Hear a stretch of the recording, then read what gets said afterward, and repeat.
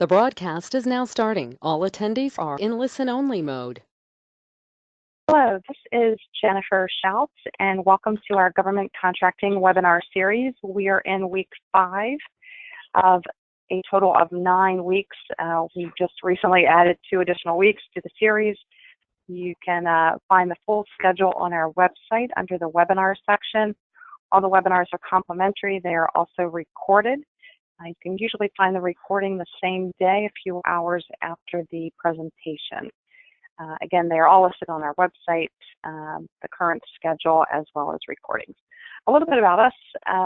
We are based in downtown DC, providing various services for contractors, including capability statement, 8A certification, GSA schedule work, contract compliance, and other a la carte services.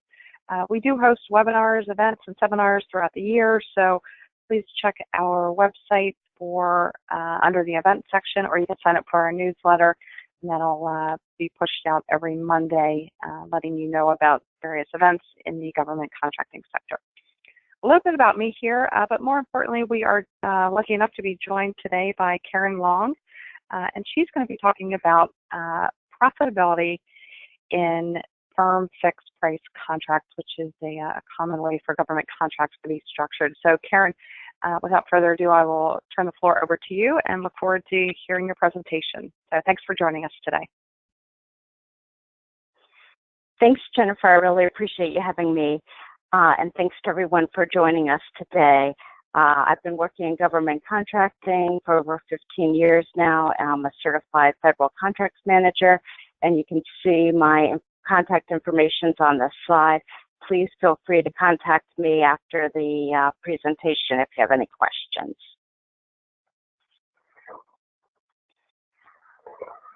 I'm pleased to say that Streamline will be celebrating 5 years in October. We offer cradle-to-grave contract management services to small and mid-sized companies. On this slide, there's some of our services. However, for a more complete list, please visit our website, www.streamlinegovcon.com.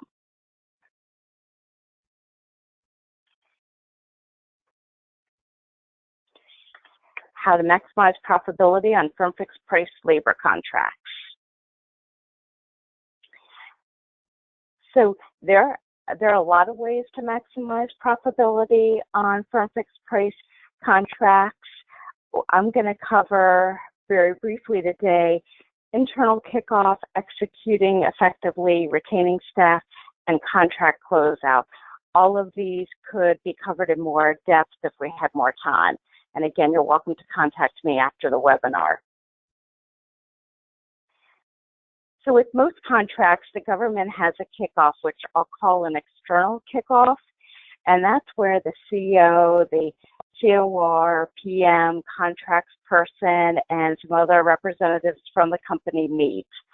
And again, I call that an external kickoff because that's both with the government and with the company.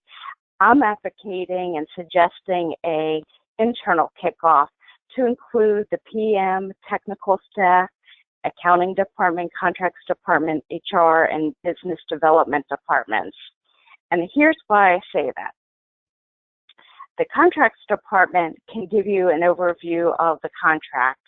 So the scope, what may be out of scope, reports, deliverables, any logistics, and the overall sense of the contractual requirements. The accounting department can give you and can discuss the invoice requirements and coordinate with the technical team if reports need to be included with the invoice, or if there's any type of receipts of delivery that need to be included. The HR department is important because of, in case there are key personnel on the staff, they need to be aware if there's still open positions, again, coordinating and talking with the technical team, the challenges of finding certain labor category positions, security clearances, and perhaps even some upcoming positions that may be available after a certain date. So for example, the technical team may may believe or may have a strong inference that that more funding is going to be available after October 1st or February 1st, et cetera. So again, kind of to, again, come together and discuss that as a team. And that for the business development, I always think they're important to include as well. They've been involved through the solicitation and proposal process, and they may know of some sensitivities, either technical or political, that have come up along the way. And also to, to give the technical team a heads up about possible future opportunities. So again, this is just a way to, again, maximize profitability.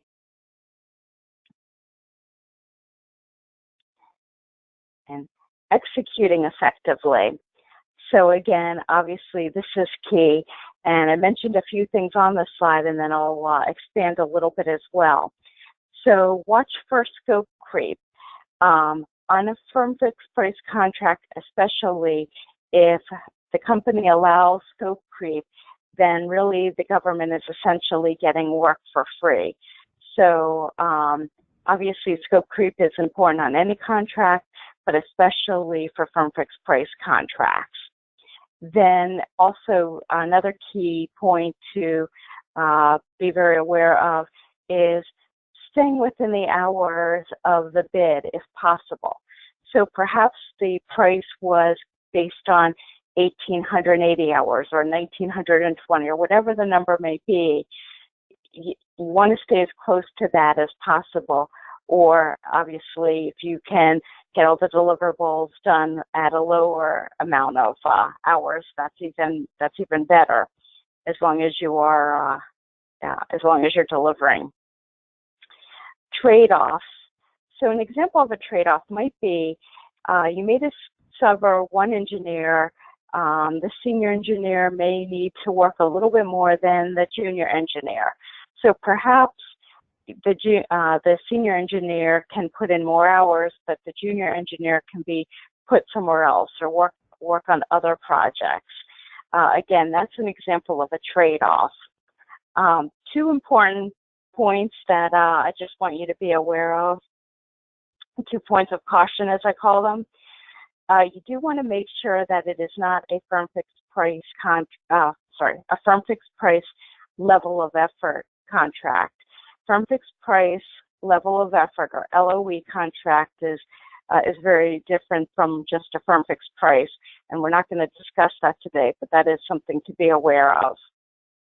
The other caveat that I'll mention is obviously labor categories are not created equal.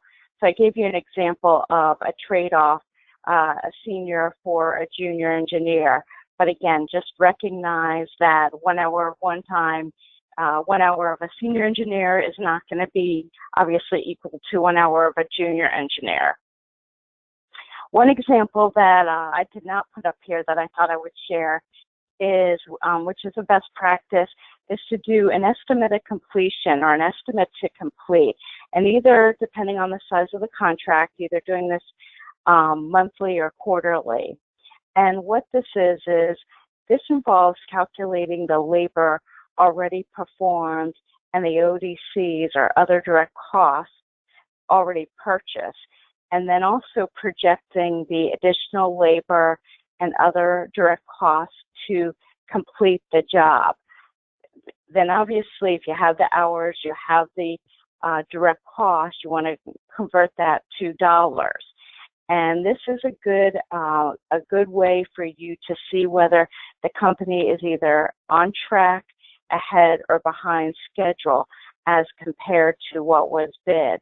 And again, this is a way to examine and re-examine, how you're performing, and again to try to, to also be focused, or to be aware of the profitability.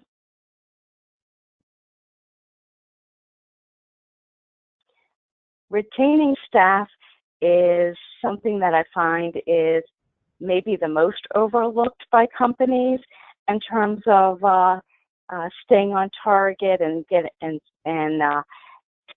the profitability that they're anticipating out of a firm fixed price contract. And I'll give you some examples of what you may want to, either see if you have some of these practices or maybe add them to your repertoire in terms of the 3 examples I've given you here.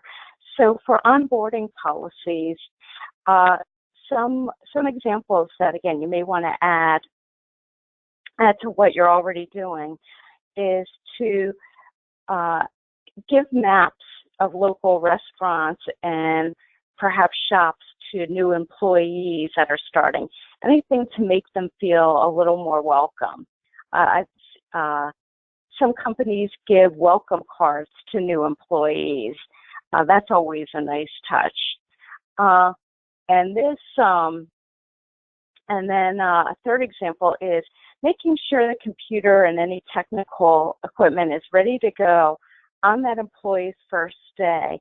To me, there's nothing more frustrating than being all fired up about a new job and getting all excited about the company, and then you either can't use your computer at all, you can't get into certain folders, you can't get into certain drives. So again, whenever possible, be prepared for that new employee and make it seem, it is an important day. The first day is important, and make it seem that way to the company as well. Recognition programs. So again, here are a few examples. Perhaps giving an employee who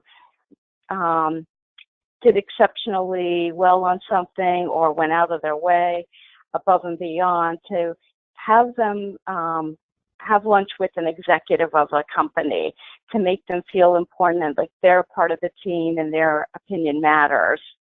As another example is, emailing specific contributions for an email. So a lot of companies will say, congratulations to this team on the win of ABC proposal or ABC contract. What I would suggest, to me, that's a little bit empty. What I would suggest is being a lot more specific. So emailing the executives and anyone who may be, viewed as more important in the company. And for example, saying, Jessica, you did an exceptional job capturing everybody's interest in the way that you explained rocket science at the last presentation. Again, being very specific about what you're congratulating and what you're recognizing that employee for. Positive work environment. Again, here are a few other examples that perhaps you're doing and perhaps you can add to your repertoire in terms of your work environment. So setting aside a different time or a specific time during meetings for coworkers just to be able to share ideas, lessons learned, new information that they may have learned, to share it with coworkers. Again, that's encouraging people to share, to communicate, and it communicates that everybody's one team. A couple other suggestions. Fostering career growth. Whatever you can do to help employees recognize and that there is a career ladder, that they can get to the next step, encouraging education, etc. Mentoring. Again, if you can have a mentoring program at your company, again, that's adding to a positive work environment and makes everyone happy to be there. And of course, the happier people are, the more productive they're going to be. And last, you have contract closeout. So again, this sometimes gets thrown by the wayside, so it's important not to do that. It is important to ensure that all travel and other direct costs have been billed if they're not included in the firm fixed price. So again, sometimes they're included, sometimes they're not. If they're not, you want to make sure that you have all of that included, or that you have already billed that. And not only have you invoiced that, but that all the invoices have been paid. So again, some companies have sometimes made assumptions that, well, we sent this invoice out, so of course the government has paid us. But you absolutely want to make sure all the invoices have been paid, or you need to follow up and to find out why they haven't been paid. And last, and create a folder that contains all the information and documentation and is appropriate labeled. So for example, you want to have the contract, all the modifications, if there are reports, if there are deliverables that need to be signed off on, that you have those emails, etc. Because in my opinion, one of the most frustrating things is to have to go back and redo something that you've already done. Again, it's a waste of time and money and effort. So if you can make sure that all the document is in one place, and when there is a formal closeout by the government, then you already have all the documentation ready to go and can more easily get the signatures required.